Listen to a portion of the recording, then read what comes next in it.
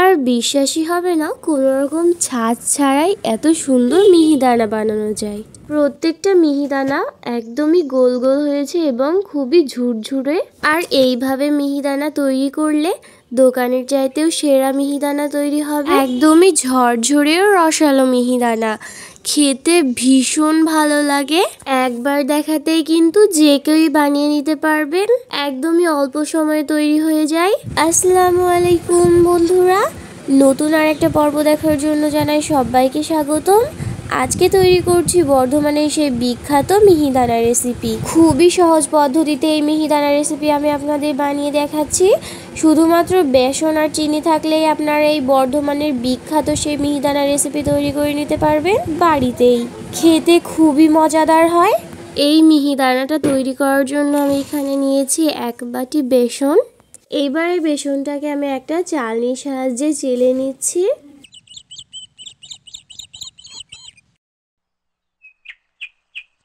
এবার দিয়ে দিচ্ছি পরিমাণ মতো লবণ। আপনারা এখানে আপনাদের স্বাদ অনুযায়ী লবণ ব্যবহার করতে পারেন। এবার ভালো করে একটু মিশিয়ে নেব। এইবার যে বাটি মেপে বেসনটা নিয়েছিলাম সেই বাটিরই 1 বাটি নিয়ে নিয়েছি পানি। অল্প অল্প করে পানিটা দিয়ে একটা সুন্দর ব্যাটার তৈরি করে নিতে হবে। একবার এই মিহিদানা রেসিপিটি যদি আপনি তৈরি করেন তাহলে প্রতিদিন বানাতে ইচ্ছে করবে মিহিদানা রেসিপি।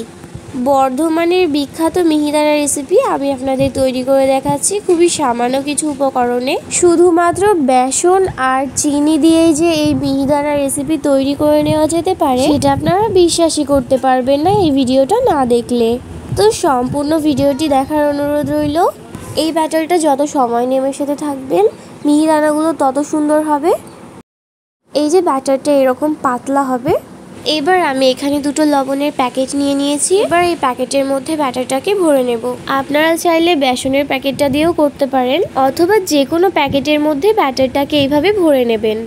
তারপর আমি এখানে একটা রাবার ব্যান্ড নিয়েছি। এবার মুখটাকে আটকে দেব। এরকমভাবে আমি আরও একটা প্যাকেটে ভরে নিচ্ছি।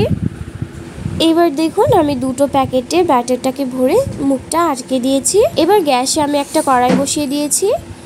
যেই বাটি মেপে আমি বেসনটা নিয়েছিলাম সেই বাটিয়ে দিয়ে দিচ্ছি 2 বাটি সাদা তেল।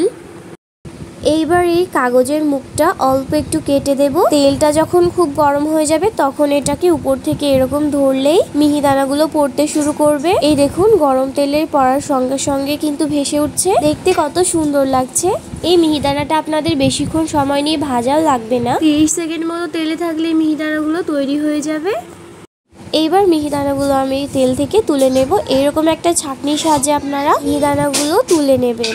আমি যেই পরিমাপে বা মাপ নিয়ে মিহিদানাটা তৈরি করেছি, আপনারাও যদি এরকম একই মাপে আমার মতো করে মিহিদানা তৈরি করেন তাহলে আপনাদেরও আমার মতো খুবই সুন্দর এবং পারফেক্ট মিহিদানা তৈরি হবে।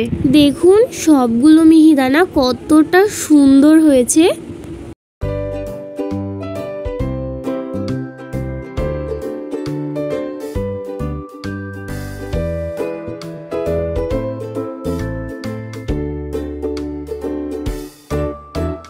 তো সবগুলো মিহিদানা আমি এখানে তেল ঝরিয়ে তুলে নিয়েছি।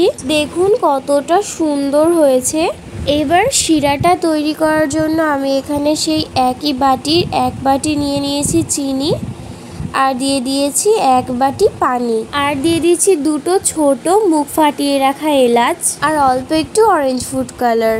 আপনার এখানে কেশরের ব্যবহারও করতে পারেন, তবে হাতের কাছে কেশর না থাকার জন্য আমি এখানে অরেঞ্জ ফুড কালারটাই ব্যবহার করেছি। এইবার এই শিরাটা আমি গ্যাসে বসিয়ে দিয়েছি। 2 মিনিট ফুটে উঠলে এবার আমি এখানে মিহিদানাগুলো দিয়ে দিচ্ছি। এখানে কোনো 1 তার বা 2 তারের শিরা হবে না, একটা পাতলা শিরা তৈরি করে নিতে হবে, যেহেতু মিহিদানাগুলো ঝরঝরে হবে।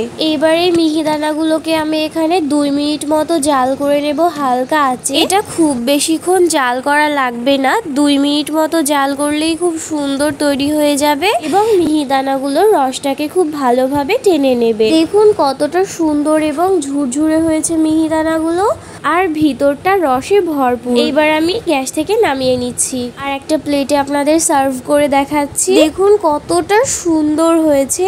ইফতার হোক কিংবা বাড়ির কোনো অনুষ্ঠানে অথবা কোনো উৎসবে কোনো রকম ঝামেলা ছাড়াই অল্প খরচে এবং অল্প উপকরণে খুব সুন্দর এরকম মিহিদানা তৈরি করে নিন বাড়িতেই। দেখতে যতটা সুন্দর, খেতে কিন্তু আরও বেশি মজাদার।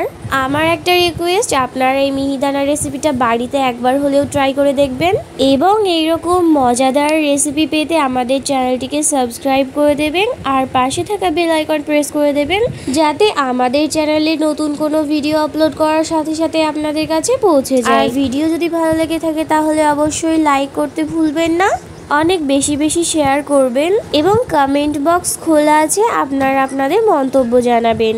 আজকের মতো এইটুকুই, দেখা হচ্ছে নেক্সট ভিডিওতে। আল্লাহ হাফেজ।